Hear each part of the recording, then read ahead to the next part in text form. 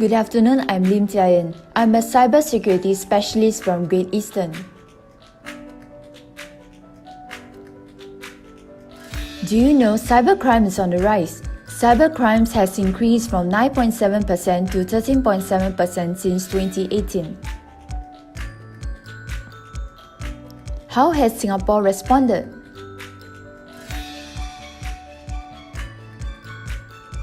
So let's get started. Introducing the Computer Misuse and Cybersecurity Act, Chapter 58 CMCA. What is CMCA?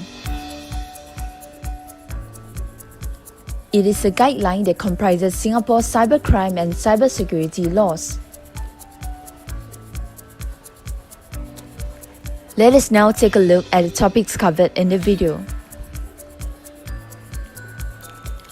Topics covered include history and evolutions of CMCA, brief overview of the revolutions, impacts of non-compliance and case study of CMCA.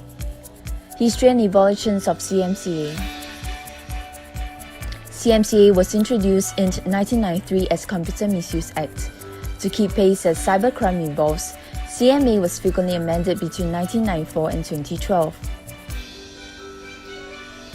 In 2013, several amendments were made and renamed to Computer Misuse and Cybersecurity Act Chapter 58 CMCA to include cybersecurity measures.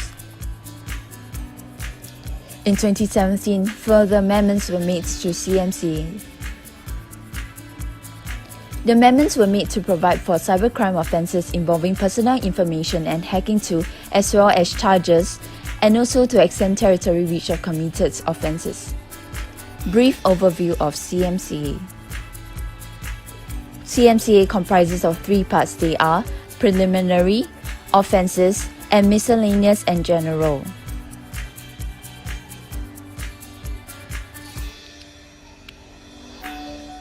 Part 1. CMCA comprises contents on short title and interpretations or term used in the documents.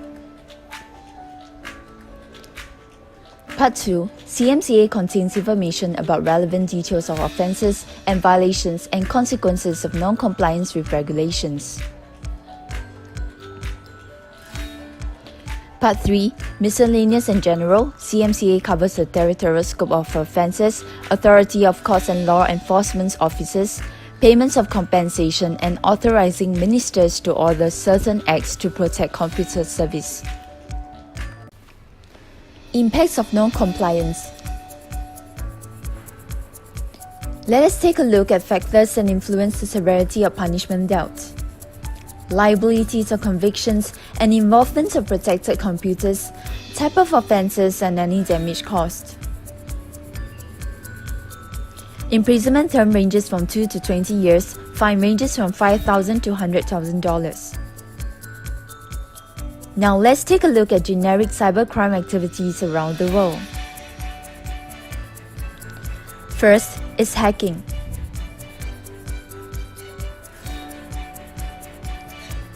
Hacking violates Section 3 of CMCA, fine maximum of $5,000, imprisonment a maximum of 2 years. Second case would be phishing. Phishing violates Section 3 of CMCA, fine maximum of $5,000, imprisonment of maximum of 2 years. Under Section 3, it's an offence to secure access without authority to any program or data from a computer. Under Section 3, it's an offence to secure access without authority to any program or data from a computer. Third case will be identity theft. Identity theft violates Section 4 of CMCA. Fine maximum of $50,000, imprisonment of maximum of 10 years. Fourth case will be malware infection. Malware infections violate Section 5 of CMCA, fine maximum of $10,000 and imprisonment of maximum 3 years. Under Section 5 of CMCA, is an offence of any act with intent to cause unauthorized modification of any computer's content.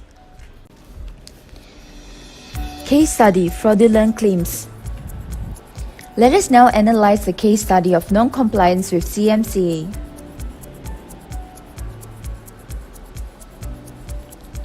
Case Study 1, Kochi Tong 2016, SGDC 37. Unauthorized access without authority, Section 3 of CMCA. The accused was a compliance officer with United Overseas Bank (UOB) at the time of commission of the offences. He was charged with 24 counts of unauthorized access to data in UOB's computer system. Case Study Evaluation. What can we infer? Inference is that the offences violated Section 3 of CMCA and the offences was committed for financial gain. Harm was dealt to employer UOB as personal particulars were disclosed. Case Study 2, Riki, SGDC 201. The accused pleaded guilty to 13 charges under Section 4 and Section 10 of CMCA.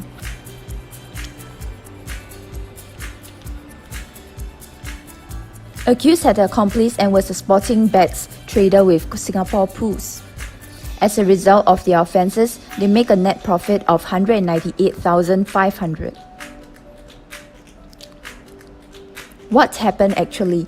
They carried out the scheme to avoid detections with the intent to commit crime. Offences were only detected after an internal audit was conducted. 13 charges for intent to commit offences and abetment. What can we infer from this case study?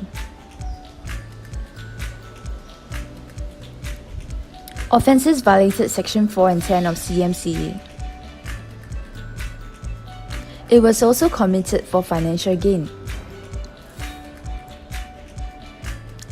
Damage was dealt to the confidence and integrity of employee at Singapore Pools. The case study shows that the respective accused person has clearly acted wrongly and selfishly. They had to be charged and punished for their actions.